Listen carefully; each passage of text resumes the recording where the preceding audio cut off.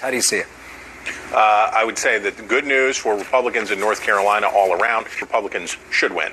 They underperformed in the previous, they lost it, my goodness, in 2008. It was razor close in 2012. Trump is a good fit for North Carolina based on the demographics of the state. He's doing what he ought to be doing there. And the Republican governor, who's been in a struggle for re-election, he's up. So this seems to be North Carolina coming back into the fold. Got independence, big number for Trump, too. He doubles here in the state of North Carolina. Let's go from North Carolina to Ohio right now. He's got an edge there as well at 45 to 40%. This is the third poll we've seen in the last 10 days where he has an edge. She is up only 3 points among women. Barack Obama won women in Ohio by 11 points. What's moving there, do you think? Well, what is happening is there are a lot of votes that Hillary Clinton is struggling with that are out there. They're not Trump votes. They're just not for her. And these are especially among younger women. These are voters with whom Barack Obama did exceptionally well in 2012 in Ohio. He won handily there, and Hillary Clinton is so far not convinced them to be on her team. They're not moving to Trump, but they're staying out undecided. They're staying Gary Johnson. These are mostly younger voters. She needs them to get back in the race in Ohio because, as you know, Ohio generally tracks with the national outcome. Not only does the winner of Ohio usually win the election, but Ohio is usually fairly reflective of the final vote nationwide. Let's go out west now. From Ohio to Nevada now. He holds an edge, too, in the state of Nevada. I thought this was a stays up 4 points. That was trending Democratic. What gives, Chris? Well, the Republican Party found a way to connect with blue-collar white voters, working whites, middle class, lower middle class voters who had shunned the party. Inspiration from the ISIS spokesman, Mr. Adnani. Magliano, he's the specialist who set up Hillary Clinton's private. Still hold him in contempt of Congress. Stay tuned for that. And to run a mile. He talks about, God willing, the sound of bombs will be heard in the streets. Gunshots to your police. Death to your oppression. Let's bring in Tim Clementi, a former FBI agent and counterterrorism and tactical operations expert. Good to have you with us today. Welcome.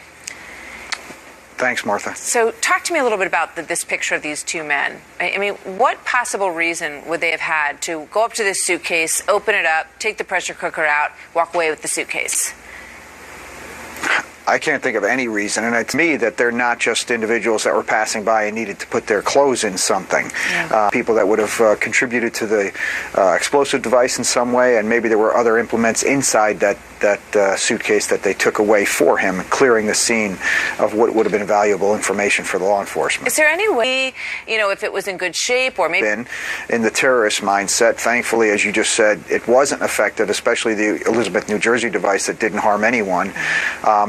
These individuals may have been looking to prevent what happened on 23rd Street, which was an explosion that was mainly contained by the device it was in, rather than being used as shrapnel. Clearly, an explosive is intended to cause as much human harm as possible. Physical damage is also a benefit, but human harm is the real target for terrorists.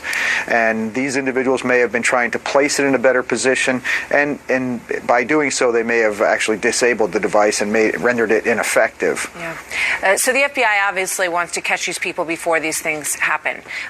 His sister had cell phone video on her cell phone of him exploding things in their backyard.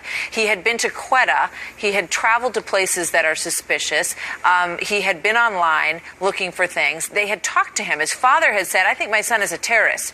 So why was this not pursued as a criminal, as an investigation by the FBI, and only a, quote, assessment, which has a lower bar and doesn't allow you to really keep tabs on somebody? Because actually conducting an investigation requires that certain parameters be met. An individual is just considered a person of interest or someone we can look at when we get information on them. You have to receive enough information in that preliminary investigation in order to open a full case or a full FBI investigation. That bar is set pretty high. And the reason for that is that people enjoy liberties. This guy could have talked about, Adnani, the ISIS leader, right, and talked about Anwar al-Awlaki and other terrorists in very, joyful terms, that he thought these guys were great. But that isn't, in and of itself, is not a crime. You have to make a substantial step toward the commission of a crime, and I think the sister holds evidence in that regard. Yeah. If she saw him detonating explosives, that is a substantial step towards the commission of the crime of committing a terrorist bombing, and she is probably, I would hope, going to be charged with either accessory to this crime or possibly misprison of a felony. Yeah. We need to do more, obviously, and we thank you. Bill, Chairman of the House Foreign Affairs Committee, Ed Royce, joins us. Why he says no more cash to Tehran.